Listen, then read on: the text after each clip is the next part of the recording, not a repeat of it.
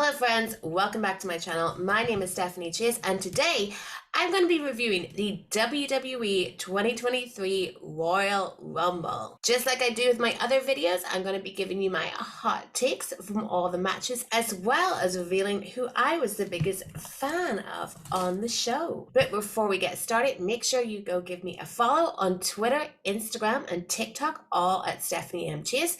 My OnlyFans and Patreon are linked in the description if you want to support this channel.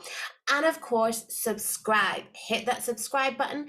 I do AEW Dynamite reviews every single week. I publish an interview every single week. And then I have a miscellaneous video every single week, such as when I showed you my collection of WWE and WCW memorabilia that I had as a kid. But enough about me, let's get into the Royal Rumble. I think this might be the first WWE event I've ever reviewed on my channel, and what better way to start because I absolutely love the Royal Rumble. It is my favorite wrestling event of the year. I think it's impossible to not have a fun to watch Royal Rumble, even if it's not the best match, and this year it certainly didn't let me down. I thought this was a really good pay-per-view. So let's get into it. They opened up the show with the return of Pat McAfee. Yes, I'm one of those people that absolutely loves Pat McAfee. I love the energy and passion that he brings to his commentary, even if he doesn't know every single little detail, every move, what everyone's storylines are. I think he's a great burst of energy. And I love the relationship between him and Michael Cole. And Michael Cole had no idea he was joining commentary for the show. So that was a really cool way to kick things off. Now, our first match was the 30-man Royal Rumble. No, I'm not going to go through every participant, every move. We would be here absolutely all day. But instead, I'm going to single some people out and talk about their performance. Perhaps it's good to get it out of the way now. Sami Zayn was not in this Royal Rumble.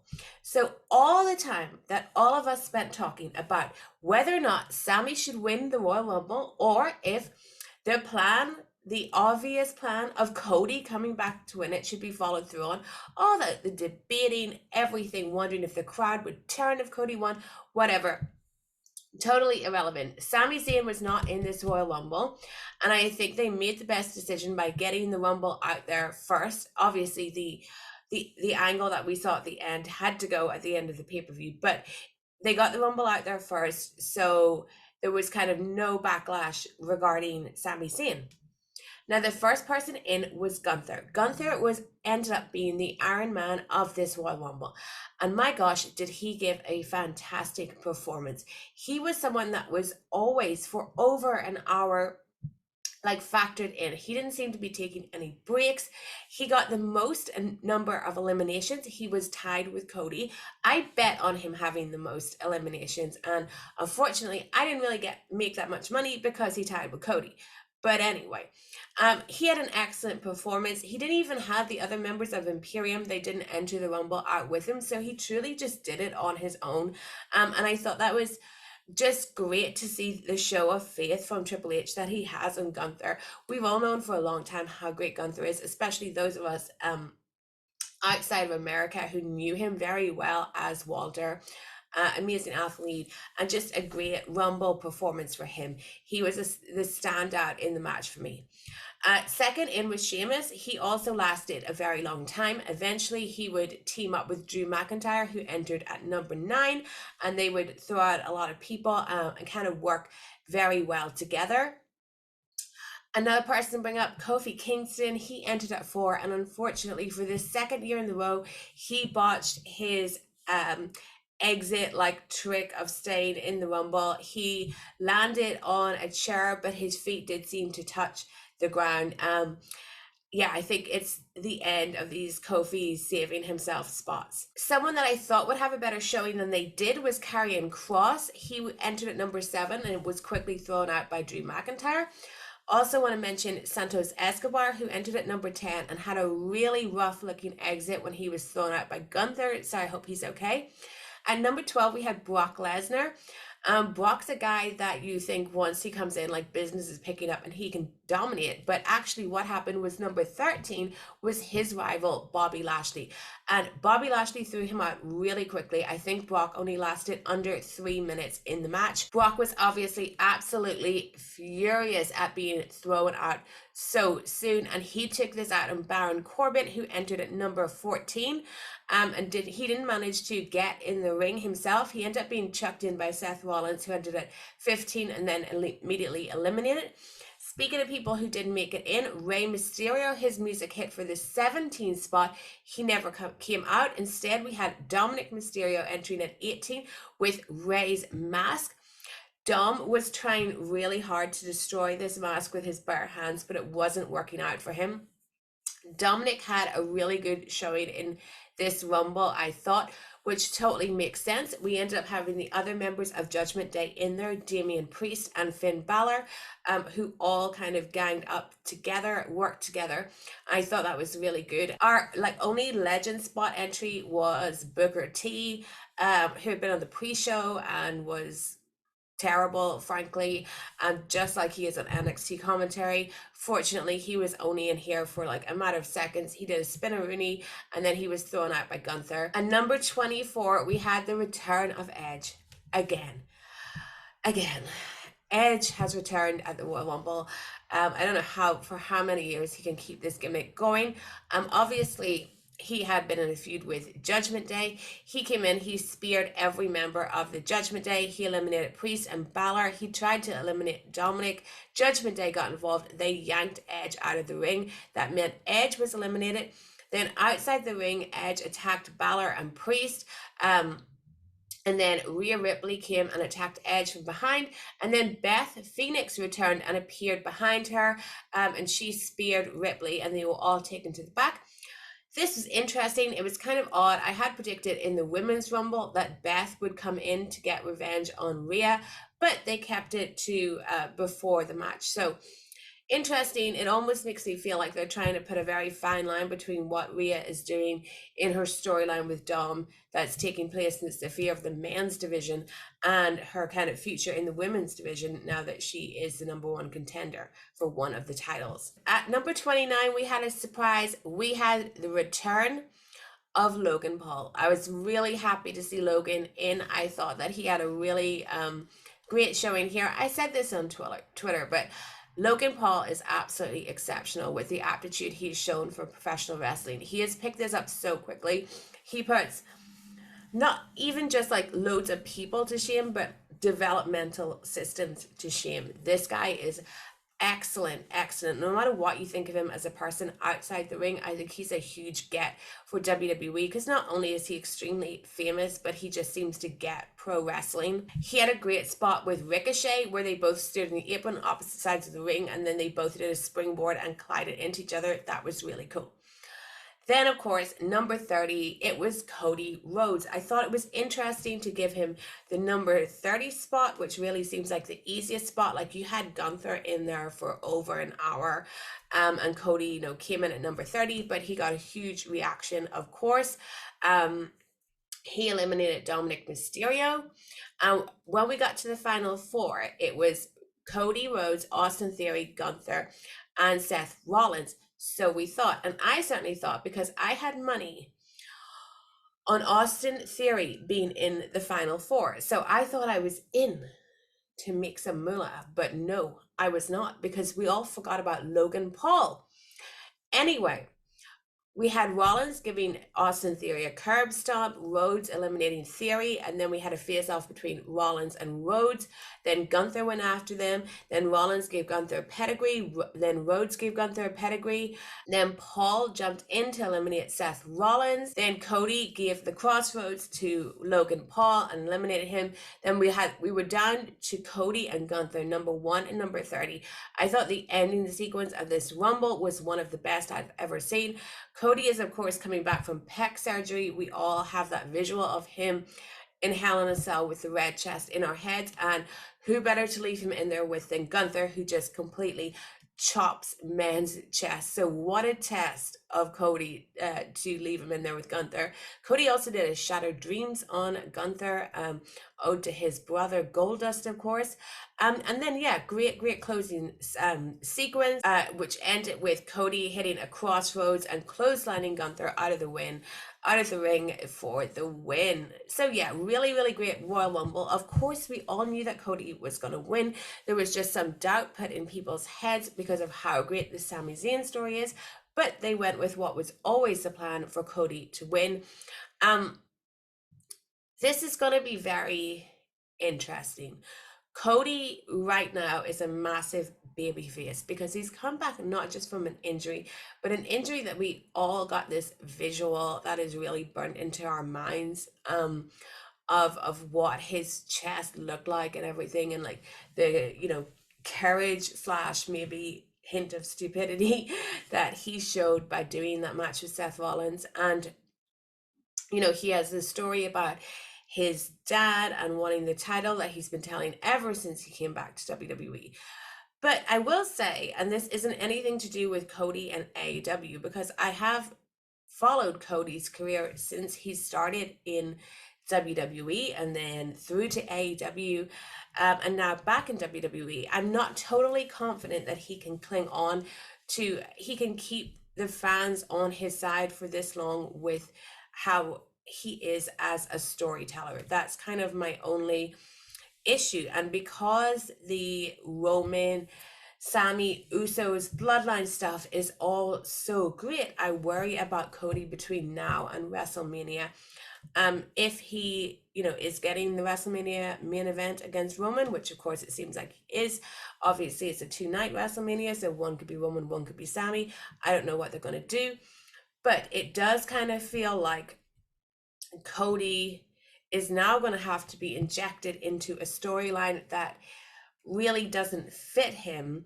And I just worry that him infiltrating this great storyline that has been built between the bloodline will end up hurting him. I do feel for Cody. He is in a tough position because when he got injured, it was a different landscape. Sami hadn't joined the bloodline yet, you know. And while he was away, this awesome storyline just kept getting better and better and more engrossing for the fans. So I don't know if they're going to have to pivot somehow or what they're going to do, but it will be in the weeks coming up to WrestleMania are going to be really interesting. This WrestleMania really does feel like a big important event, and I'm very curious to see what they do. Okay, next we had the pitch black match between LA Knight and Bray Wyatt. I did not think this was going to be any good, and I'll be honest, guys, I did not think it was good at all. We all were wondering what was a pitch black match going to be. It consisted of the lights being turned off, LA Knight wearing some illuminous neon trunks and pads, and Bray Wyatt painting bits of his face with glow-in-the-dark paint. If you're going to do this, at least set it in Area 15 in Las Vegas, which is a great fun place, and you can watch my video about my trips to see AEW in 2022 if you want to know more about there. Yeah, it was a really short match as well. It was only like 5 minutes long. It ended with Wyatt hitting the sister Abigail. There was also a bit where Knight slammed Wyatt through an announce table, and all this like neon green like confetti exploded everywhere. I just feel like if you're gonna have Wyatt as this dark character and there's all these horror influences, why are we having a match like this with neon in it, sponsored by a soft drink? I don't know. I really don't know. Then we got the aftermath. So Wyatt puts on a mask, he stalks Knight into the crowd, he no-sells some kendo stick shots, and then he got a mandible claw in him, and then Uncle Howdy appears on top of some sort of structure, and then he gives one of the worst diving elbows you'll see onto a crash pad. Completely missed him. This is the worst crash pad used in wrestling. It was just because a man wearing a mask that he probably couldn't see very well out of and a hat had to jump in the dark, and he just missed it. And of course, everyone says it's Bo Dallas under that mask. I love Bo Dallas. He's the only wrestler I've ever made a sign for a show. I'm a huge fan of Bo Dallas. Bo, if you're under that mask, please just take it off and come back as Bo. Please. This is not for you. And then we have these like adult sized members of the Firefly Funhouse puppets looking on. Oh yeah, and Howdy and LA Knight caught fire. Absolutely bizarre, but not in a good way. Um, Bray came back so strong, but and he did some very strong promos as well, but there's still not have not worked out how to make this man work as a wrestler in the wrestling ring. But this is no shade to Wyndham Rotunda, who I think is a very talented man, a very intelligent man, and a very creative man. And if you want to watch some Bray Wyatt content this weekend, I would recommend more that you watch his out of character interview with Ryan Satin than this match. Then we had another quick match. Bianca Belair defeated Alexa Bliss. Bianca hit the KOD to win. They have no idea what they're doing with Alexa. I really did not like her run with Bray and all the infantilization of her and stuff. I just thought it was bad. Here they had a spooky video. Uncle Howdy was in it despite what happened to him before. Yeah, I don't have much else to say in this. Bianca is amazing. I think Bianca needs character development and progression. She's not going to get that working with Alexa Bliss. Then on to the 30-woman Royal Rumble match. Okay, up first, our first entry was Rhea Ripley. She stole the spear from Beth Phoenix. She ended up winning this and being the Iron Woman. She put on a tremendous performance, and I think that she did get hurt early on in the match, so that makes it even better. But she was really shown as the dominant one. I knew she was a heavy favorite to win. I had wondered what they were going to do, just because she has been existing in the men's division, being part of the Dominic and Rey storyline more than in the women's division. So I did wonder, as I said earlier, if something might happen to her during the actual Rumble match, like she was eliminated by Beth or someone. But no, they're going with Rhea Ripley, and that is amazing. Number 2 was Liv Morgan, who had been campaigning to be number 1, but they were like, no, you're going to be number 2. I guess that this was just because they wanted Rhea to completely go the distance, even though number 1 and number 2 is the same. They enter at the same time. Having Rhea as number 1 just looks better on paper. She entered at 1, she lasted, and she won. Other notable entries, we had Bailey at number 6. We had the rest of Damage Control in there. Dakota entered at 9, and then Io entered at 10. They worked together for a lot of the match.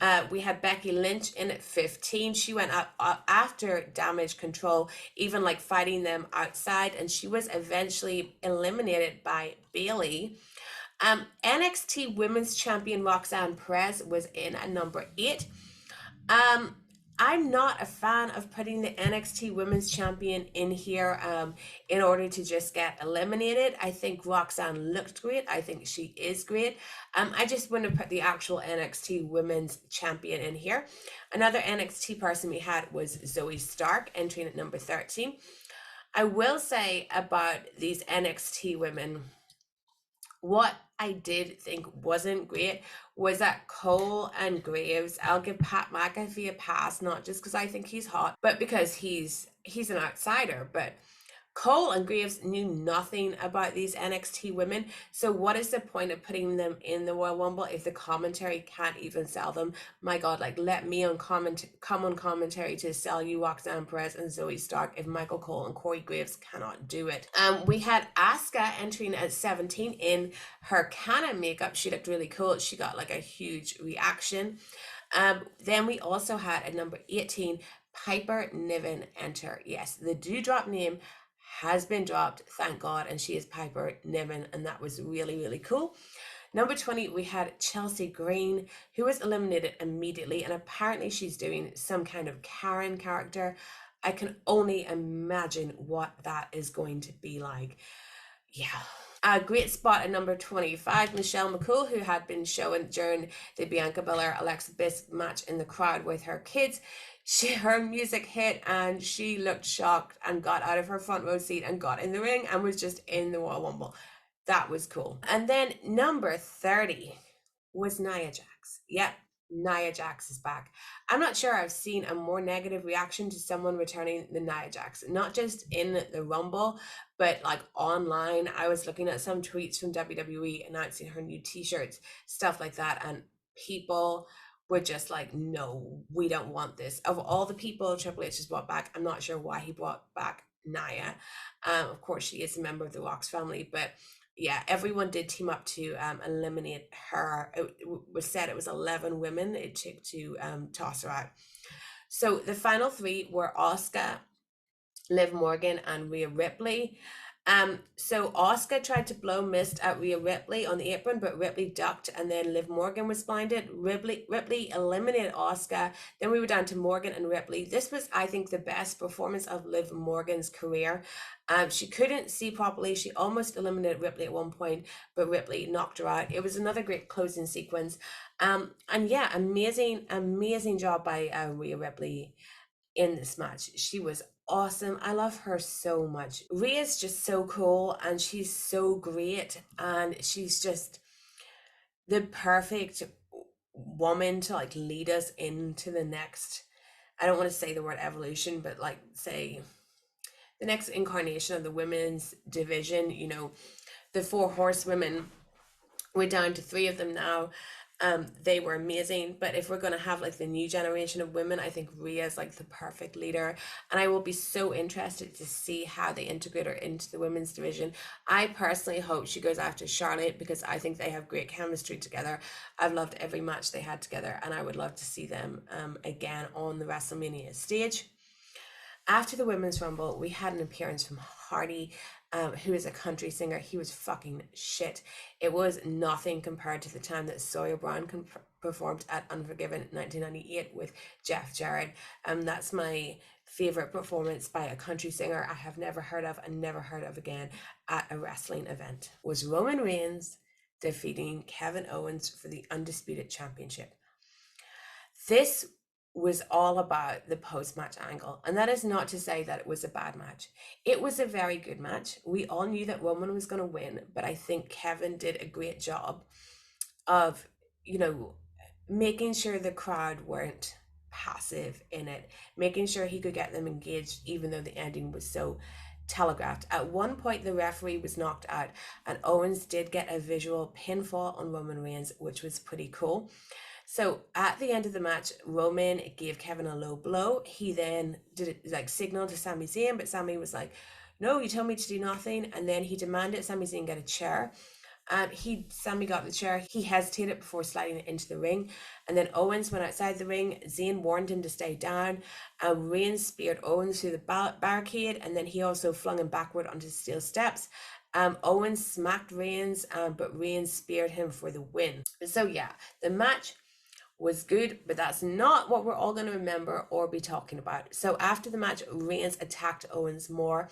The Usos gave him the 1D. Reigns put his arm around Sami Zayn.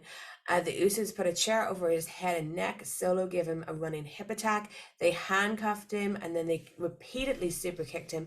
This is all while Sami Zayn was watching. Roman got a chair and he went to hit like an already completely out of it Kevin Owens, but Sami Zayn stepped in and said that this was beneath him. He didn't need to do that. So Reigns instead gave the chair to Sami. Reigns told Sami to hit Kevin. Reigns said that he loved him, he was in their family, and that he was doing jackass shit before him. I did like that line. He told him to do it, but then Sami hit Reigns in the back with a chair. It was very like Shield breakup callback-esque. It was a huge pop.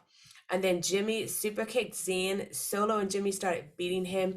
Jay just watched. The Bloodline wanted him to join in, but he walked off. The crowd were cheering. Reigns completely beat the hell out of Sami Zayn with a chair. The crowd booed. They were chanting F you Roman. And then they had this great visual at the end where it was like Sami and Kevin completely like left for dead in the ring with all the petals from the lace around them. What an angle. Honestly, I have loved the whole Bloodline storyline, and I always said like when they do the like breakup, you know, with Sami. It has to be like festival of friendship level. It's good, and this was really it. If not, like it was actually exceeded that. Honestly, they've been telling such a great story. I have, of course, seen people complain or pick holes in it. I do have to say, if you're a long time WWE fan like myself, like I have been a fan for decades now, we have been wanting for a long time for them to tell great long form stories for many years. Is something they've been missing, and they have done it with this Bloodline storyline. You might not like every beat of it, but I think it was really well done. It was really well executed. I'm so glad that they stuck with it, especially when Sami came in and they realized how hot that was getting. It was so well done, and I thought what happened at the end of this match made for a great moment. As I said when we were talking about the Rumble, I'm very intrigued to see where they go here. Of course, Elimination Chamber is coming. It's in Montreal, where Sami and Kevin are from. A lot of people think that Sami could get a title shot then. I'm just so torn. I really am. It's a 2-night WrestleMania. If Roman defends on the first night, it's just too telegraphed that he's going to win before the second night. But I do think that this storyline has been so great that Roman versus Sami moment should probably come at the biggest stage of them all, and that's WrestleMania. And I don't know what to do with Cody then. If Cody faces Roman night one, you know, maybe Cody could beat Roman on night one, and then the match against Sami isn't for the title. I'm not sure. It's, as I said before, it's just going to be interesting to see how they navigate this, because Sami is going to be one heck of a red hot baby face. And it is so great to see WWE going into WrestleMania, in WrestleMania season, and going into WrestleMania with a storyline that has really gripped people so much, and a character like Sami Zayn that people can get behind so much. But yeah, all in all, I loved the Royal Rumble. I think that it was a show where the highs were so high. Cody coming back and winning, Rhea Ripley winning, and this angle at the end. They were so high that they masked any lows. And the lows being the Bray Wyatt match, the Alexa Bliss match. And I do think there was some weakness in the women's Royal Rumble, which is down to how the women's division has been booked the past couple of months. I don't think there were enough stories to tell there. As for who I was the biggest fan of, okay, I'm going to give it to every single person in the Bloodline angle at the end. Roman Reigns, Paul Heyman, Jimmy and Jey Uso, Solo Sikoa, Kevin Owens, and of course, Sami Zayn and Roman Reigns. Absolutely excellent work, guys. And that's all from me. Don't forget to give me a follow on those social medias, Twitter, Instagram, TikTok at Stephanie M. Chase. Go check out my Patreon to support this channel. And subscribe, subscribe,